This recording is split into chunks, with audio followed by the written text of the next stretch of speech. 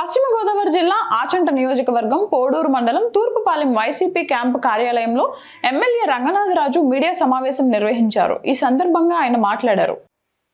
ఈ మధ్యకాలంలో రేపు 13వ తారీఖు జరిగే ఎలక్షన్స్లో నా ప్రత్యర్థి అయిన పీతాన్ సత్యనారాయణ గారు, అలాగే ఎంపీ అభ్యర్థి గోపతరాజు శ్రీనివాస వర్మ గారు ఎన్నికల ప్రచారాల్లో పాల్గొంటూ ఆ ఎంపీ గారు అంటాడు, నేను పెద్ద మనిషి ముసుగులో అవినీతి చేస్తున్నానని. నన్ను ఆతాంటి నుంచి కదా గుడానికి కూడా తవరేస్తా అంటే ఆయన మరి ఎక్కడ గాడిని చేస్తా తీసుకెళ్ళి బంగాళాఖాతంలో పడేస్తాడు ఏంటో అర్థం అవట్లేదు. అతను కౌన్సిలర్కి ఎక్కువ, దేవాలయంలో కౌన్సిలర్ కూడా నెగ్గడు అతను. ఆ స్థాయి బీజేపీ కార్యకర్త కాబట్టి అతనికి ఎంపీ టికెట్ ఇచ్చారు. స్థాయిని మరిచి నన్ను ఆతాంటి నుంచి తోలేస్తా అంటే గుడానికి కూడా తోలేస్తాడు. అతను నీ స్థాయి ఏంటి మర్చిపో, గుర్తుంచుకుని మాట్లాడాలని దయచేసి శ్రీనివాస వర్మ గారికి ఎలక్షన్లో పోటీ చేసినప్పుడు మనం ఈ రాబోయే రోజుల్లో ఏం చేస్తామో చెప్పాలి ప్రజలకి.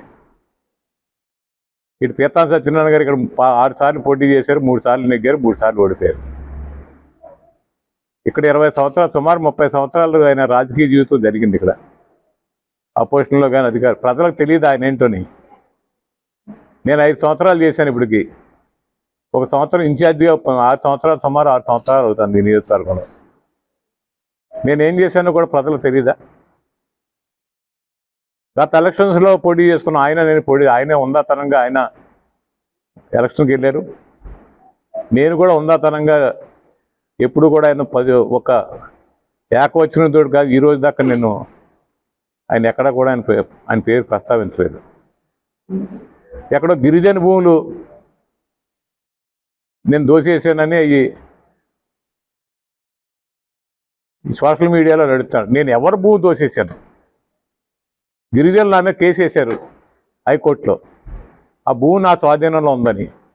ఆ రైతు అతను నాదని రైతు క్లెయిమ్ చేసుకున్నాడు.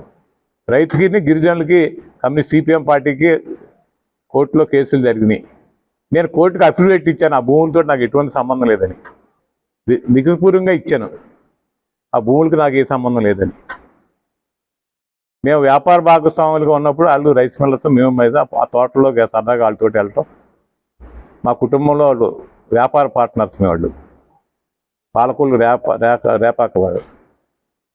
అవి ఏదో నేను దోషేసాను. నేను పుట్టడమే గౌరవమైన కుటుంబంలో పుట్టాను. నేను 10 సంవత్సరాలు రైతుగా వ్యవసాయం చేశాను, 40 సంవత్సరాలు వ్యాపారస్తుడిగా, సుమారు ప్రజలమయాన్ని రాజకీయంగా 50 సంవత్సరాల నుంచి నేను ఈ జిల్లాలోనే కాకుండా విద్యాభ్యాస సంస్థను నడుపుతున్నాను. ఈ దేశంలో 8 రాష్ట్రాల్లో వ్యాపారాలు ఉన్నాయి నాకు. ఏదో మాట్లాడేస్తారు అవినీతి. ఎక్కడ చేశాను అవినీతి? మీరు చూసారు పెనుగొండ నుంచి మార్టేరు రోడ్డు, మీ కొడుకుని ఇంకోళ్ళకి కాంట్రాక్ట్ చేస్తే ఆ రోడ్డుని ఎలా తగలబెట్టారో మీరు చూడండి. ఈరోజు నేను ఆ రోడ్డు దగ్గర నుంచి చేయితే అదే మార్టేరు నుంచి పెనుగొండ రోడ్డు ఎలా ఉంది, పెనుగొండ నుంచి పెరవల రోడ్డు ఎలా ఉంది? అది వేసిన మన్నాడు నుంచే రోజు రిపేర్లు వస్తున్నాయి. ఇది ఎక్కడ చెక్కు చెదరలేదు. అది నా పనితీరుకు నిదర్శనం పీతాన్ సత్యనారాయణ గారు. మీరు దాని పాదయాత్ర చేశారు పెనుగొండ నుంచి మార్టేరుకి. నిర్వాహకం మీ అబ్బాయి చేసిన నిర్వాహకానికి ఆ రోడ్డు అలా సగం రోడ్డు పాడైపోయింది. మీ అబ్బాయి చేసిన మెట్లంతా బయటికి తీయించేసి పూర్తిగా 100కి 100 పాడు బయటికి తీయించి బయటికి పోసి కొత్తగా ఏలేశ్వరం నుంచి మెట్లు తెప్పించి వేయించాను. మిగిలిన రోడ్లన్నింటికి దుద్దుకూరి మెట్లు వాడతారు. ఈ రోడ్డు ఏలేశ్వరం మెట్లు తెప్పించి నేను ప్రతి అంగుళం కూడా చెక్ చేసి, నేను తిరుగుతూ ఉంటే రోడ్డు పరిశీలిస్తూ ఉంటే రోజు నన్ను హేళన చేశాడు. ఆ రోజు ఆయన 4 సంవత్సరాలు గాఢ నిద్రలో ఉండి ఒక ప్రతిపక్ష ఓడిపోయిన ఎమ్మెల్యేగా ఉండి ఎక్కడైనా ఒక రోజు కష్టం రైతుల దగ్గర వెళ్ళావా? కరోనాలో ఎవరినైనా మీరు ఆదుకున్నారా? వరదల్లో ఎప్పుడైనా ఏ రోజునైనా మీరు 15 సంవత్సరాల్లో ఉండి కోడేరు కానీ పల్లిపాలెం కానీ సిద్ధాంతం కానీ పట్టాలు ఇప్పించడానికి ఆ పొలాల్లో ఉన్న రైతులు C క్లాస్ పట్టాలు రైతులకు పట్టాలు ఇప్పించే ఆలోచన ఎప్పుడైనా చేశారు మీరు? రోజు నిత్యం ఓడిపోతామని భయంతో ఉక్రోషం వచ్చేసి ఇష్టం వచ్చినట్టు మాట్లాడతారు. ఆయన కూడా ఉన్నోళ్ళు మాట్లాడతారు. మా నైజం అది కాదు. నేను మాట్లాడినా మా కార్యకర్తను కూడా నేను ఎక్కడైనా తప్పుడు పోస్టులు పెడితే మటు నా ఊరుకొని చెన్నకృష్ణ ఎవరిని కూడా. ఒక మంచి సాంప్రదాయం గల ప్రాంతంలో మనం పుట్టాం అందరం. ఒక గౌరవప్రదంగా రాజకీయాలు చేయాలి. ప్రజలు ఆలోచించాలి, మన దగ్గరకంటే తెలివైన వాళ్ళు ప్రజలు. ఏదో జెండా ఉంది కదా అని ఆ బివి శ్రీనివాసరావు ఏంటి అతను కౌన్సిలర్ స్థాయికి ఎక్కువ. ఏం మాట్లాడతాడు? నన్ను తోలేస్తాడు. ఎక్కడ తోలేస్తాడు కదా? అదృష్టం ఉంటుంది, పదవులు వస్తాయి వెళ్ళిపోతూ ఉంటాయి. పదవులు శాస్త్రం కాదు. పదవి పోయిన తర్వాత మన గ్రామాల్లో మన పరిస్థితి ఏంటో అప్పుడు ఆలోచించుకోవాలి. ఎవరికీ రాజకీయాలు శాస్త్రం కాదు. మాట్లాడితే జగన్మోహన్ రెడ్డి గారిని తిడతాడు, మాట్లాడితే నన్ను తిడతాడు. ఆయన మీ స్థాయి ఏంటి? మీ స్థాయి ఏంటి? ఎవరు ఇచ్చారు మీకు టిక్కెట్? రాజశేఖర రెడ్డి గారు పుణ్యం అంటే మీరు ఎమ్మెల్యే అయ్యారు, మంత్రి అయ్యారు, వెళ్ళారు, పార్టీలు మారారు. తప్పే ఉంది. రాజకీయ ఏ పార్టీ కొని వెళ్ళొచ్చు, చేసుకోండి మీకు అవకాశం వచ్చినప్పుడు.